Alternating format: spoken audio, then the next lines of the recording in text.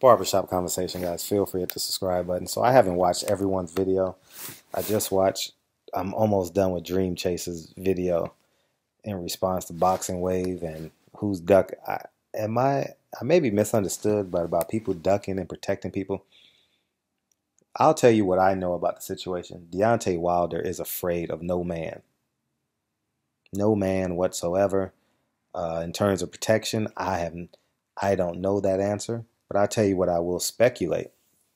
And feel free to comment because this is a real intriguing conversation. Ortiz was Al Heyman's fighter before he left Eddie Hearn. And what makes me believe this is because, you know, Ortiz was with Golden Boy, but they were in litigation, and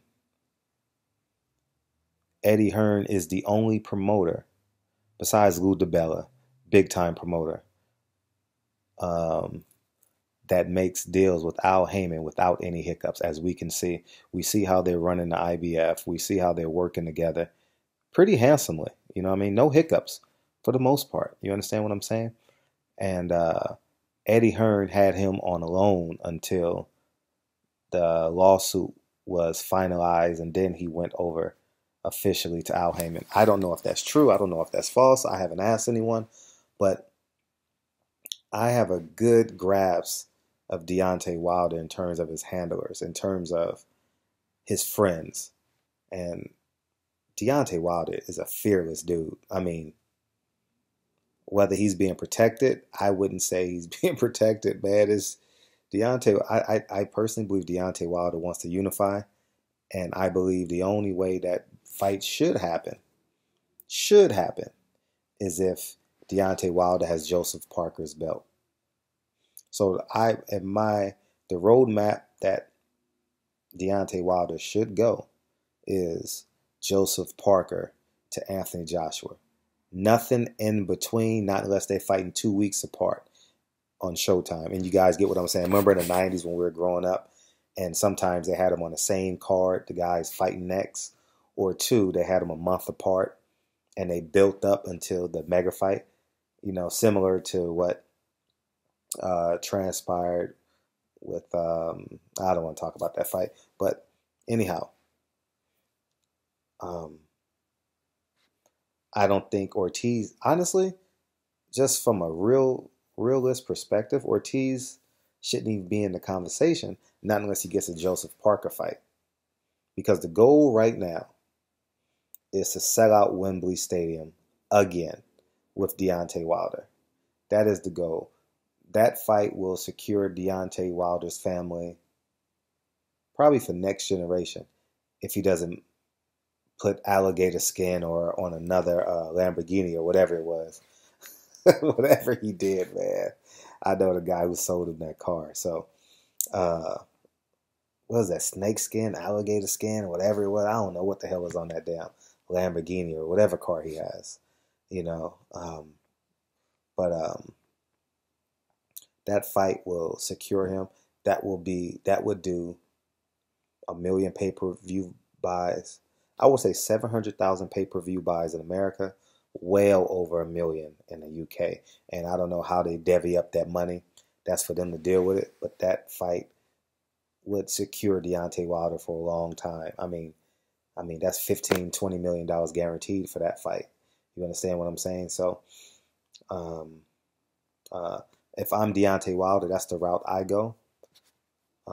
If I'm Anthony Joshua, that's the route I go. Because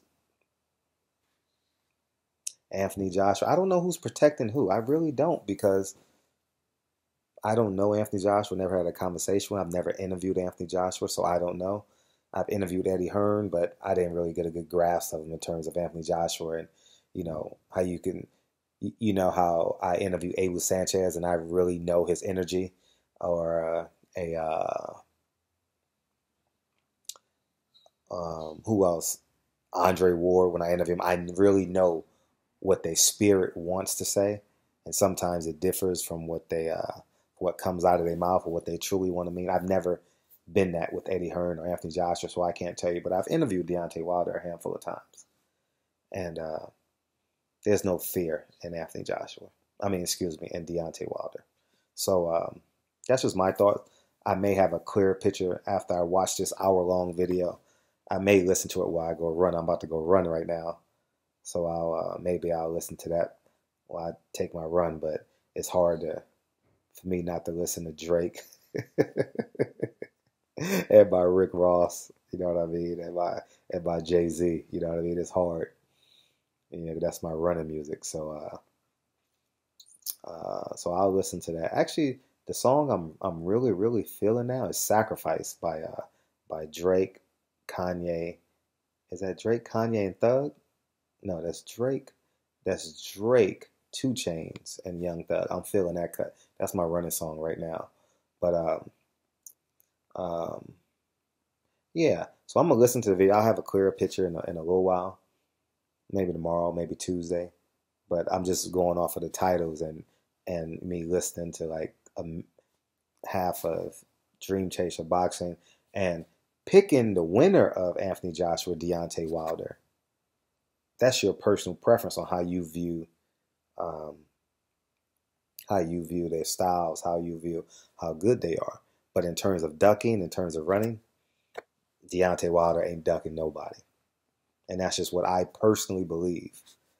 You know, what you do is better for your career. You know, it makes sense. But so sit back and see. Hopefully, hopefully this fight happens before the end of next summer, man. Man, please.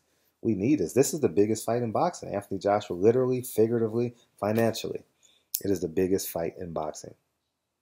So hopefully that fight comes to fruition and we get it. So Barbershop Conversations. Oh, and don't forget to follow me on Instagram too. I appreciate all my newest followers on Instagram, and you guys get to follow my fitness journey. I'm going on this fitness journey right now. I'm getting in the best shape possible. I turned 40 in 5 months, so you know I'm trying to make it pop. So anyways, man, Barbershop Conversations. Feel free to hit the subscribe button, and I'll talk to you guys soon. Peace.